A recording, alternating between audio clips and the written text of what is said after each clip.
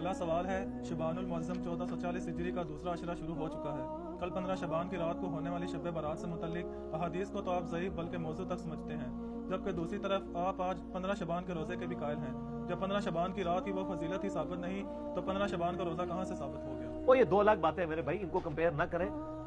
میرا 15 شبان کا روزہ شب برات، اس کے اوپر یوٹیوب پہ کلپ ہے، لاکھوں لوگوں نے، 3 لاکھ سے زیادہ لوگ وہ دیکھ چکے ہیں، آپ جا کے دیکھ لیں۔ میں نے 44 منٹ میں پورا مقدمہ پیش کیا۔ دو الگ چیزوں کو آپس میں کمپیئر کروا کے یعنی ان کو گڑبڑ کرنے کی کوشش نہ کریں۔ اصل ایشو یہ ہے کہ جو 15 شبان کا روزہ ہے یہ الگ سے ایک عبادت ہے، اس کا تعلق شب برات کے ساتھ نہیں ہے۔ شب برات والی روایتیں کمزور ہیں، وہ آپ یوٹیوب پہ میرا کلپ دیکھ سکتے ہیں۔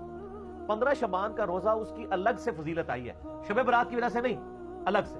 اس میں نے بتایا، چلے اب میں دل جوئی کے لیے، چونکہ اب آج ماحول ہے، آج خود بائی چانس ہی آج 15 شبان 1440 ہجری ہے تو میں بتا دیتا ہوں۔ دیکھیں سنن نسائی میں ایک حدیث ہے، نبی اسلام شعبان میں کثرت سے روزے رکھا کرتے تھے۔ تو صحابہ نے پوچھا، یا رسول اللہ صلی اللہ علیہ وسلم، آپ جتنے روزے شعبان میں رکھتے ہیں کسی اور مہینے میں اتنے روزے نہیں رکھتے، اس کی کیا وجہ ہے؟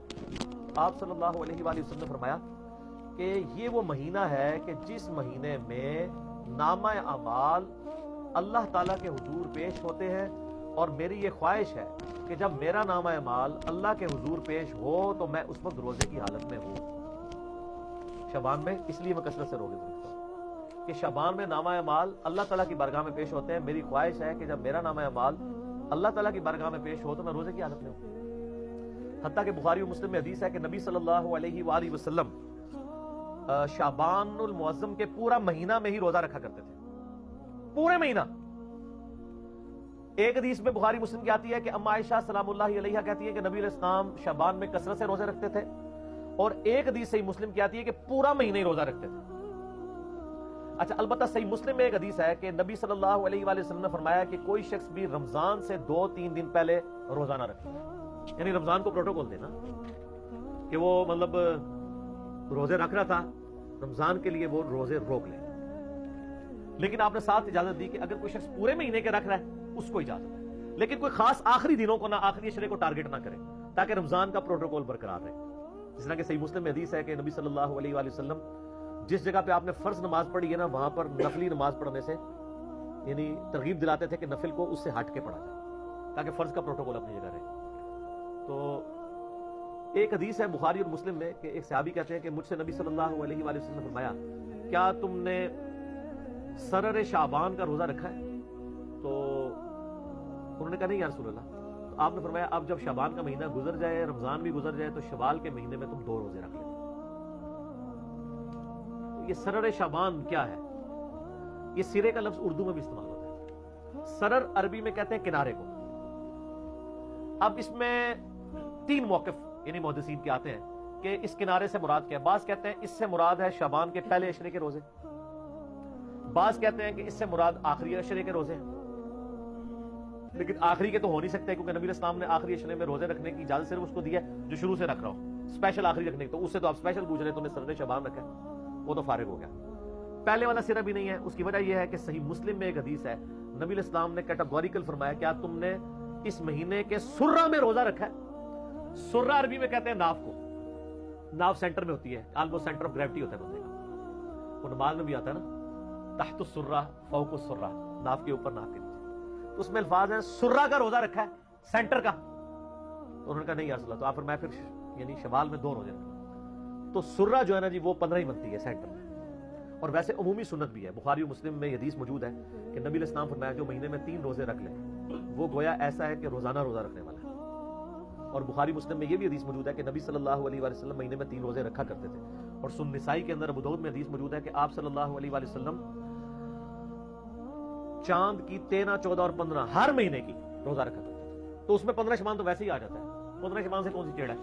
13، 14، 15 ان کو ایام بیز کہتے ہیں۔ ایام بیز وہ ہوتے ہیں جس میں خوب چاند روشن ہوتا ہے، یعنی گول ہوتا ہے، خوب چاند روشن ہوتا ہے 3 دنوں میں، 13، 14 اور 15۔ اور بخاری مسلم میں حدیث ہے جو ایام 20 کے روزے رکھتا ہے یا مہینے میں 3 روزے، اس کے علاوہ بھی 3 کی گنتی ایک مہینے میں پوری کر دے، اللہ تعالیٰ اسے پورے سال کے روزوں کا ثواب دیتا ہے۔ اور اس سے بھی آسان میرے جیسے لوگوں کے لیے وہ صحیح مسلم میں حدیث ہے، ابو داؤد میں، ترمذی میں، نسائی میں، ابن ماجہ میں، یہ 6 اہل سنت کی کتابوں میں بخاری کو چھوڑ کے باقی 5 کتابوں میں حدیث ہے جس نے رمضان کے مہینے کے روزے سارے رکھے اس کے بعد شوال کے 6 روزے رکھ لیے اسے پورے سال کے روزوں کا ثواب. کتنا آسان ہے. اس میں یہ ضروری نہیں کہ فوراً بعد شروع کرنے ہیں, پورے مہینے میں کسی بھی وقت رکھ لیں, کسی بھی وقت شروع کریں, ٹکڑوں کی فارم میں رکھ لیں, اکٹھے رکھ لیں. ویسے اکٹھے رکھنا ذرا آسان ہو جاتا ہے, رمضان کی روٹین بنی ہوتی ہے. تو میری تو کوشش ہوتی ہے کہ عید کے اگلے دن ہی شروع کر دیں, کیونکہ میدا بھی عادی ہوا ہوتا ہے, اس وقت 6 روزوں کا پتہ نہیں چلتا. آپ تھوڑا سا وقفہ ڈال لینا میدے کو, پھر قابو نہیں آتا. تو یہ 6 روزے رکھ کے پورے سال کے روزے, تو پوری زندگی کے روزے ہو گئے, ہر سال رکھتے ہیں. تو یہ اللہ نے آسانیاں رکھی ہیں. صحیح مسلم میں حدیث ہے, نبی صلی اللہ علیہ وسلم ایک دفعہ فجر کی نماز پڑھ کے, ویسے تو عموماً آپ اشراق کے بعد ہی آتے تھے, ایک دن جلدی آئے اور پھر آپ نے کہیں جانا تھا, چلے گئے, تو کافی سورج بلند ہوا تو آپ واپس آئے. تو آپ نے اپنی بیوی سیدہ جویریہ کو دیکھا کہ مصلی پہ بیٹھی ہے. آپ فرمایا تم صبح سے ابھی تک مصلی پہ بیٹھی ذکر اور اذکار کر رہی ہو؟ یا رسول اللہ. آپ فرمایا تم صبح سے بیٹھی ہو نا, اور میں نے ابھی آ کے 4 کلمات 3 دفعہ پڑھے اور تم سے زیادہ ثواب مجھے مل گیا. مجھے بھی سکھا دے. آپ فرمایا سبحان اللہ وبحمدہ عدد خلقہ ورضا نفسہ وزنۃ عرشہ ومداد کلماتہ. سبحان اللہ وبحمدہ, یہ تو اکٹھا ہو گیا نا ایک. عدد خلقہ, اس کی یعنی اللہ کی تعریف اس کی جو مخلوق ہے اس کی تعداد کے برابر, ورضا نفسہ, اور اس کی رضا کے برابر, وزنۃ عرشہ, اور اس کے عرش کے وزن کے برابر, ومداد کلماتہ, اور اس کے کلمات کی تعداد کے برابر. سر وہ کلمات کون گن سکتا ہے؟ سورۃ الکہف, سورہ لقمان پڑھ کے دیکھ لیں گے, اگر سارے زمین کے سمندر سیاہی بن جائیں, سارے درخت کلمے بن جائیں, اور 7 سمندر اور شامل ہو جائیں, تب بھی اللہ کے کلمات نہیں ختم ہوتے. تو اس میں وہی تو کہا گیا وَمِدَادَ کَلِمَاتِ, اللہ کے کلمات کے برابر. تو یہ 3 دفعہ پڑھنا ہے. ہم نے صبح شام کے اذکار میں ڈالا ہوا ہے, تو آپ کو وہ ثواب ملتا ہے. تو یعنی اس حوالے سے 15 شعبان کا روزہ ہے, اس کو شب رات کا روزہ ایک سے نہ اٹیچ کریں, وہ میرا آپ کلپ دیکھ لیں. 15 شعبان کا روزہ, شب برات, انشاءاللہ آپ کے سامنے حقائق کھل کے سامنے آتے ہیں انشاءاللہ. ٹھیک ہو گیا.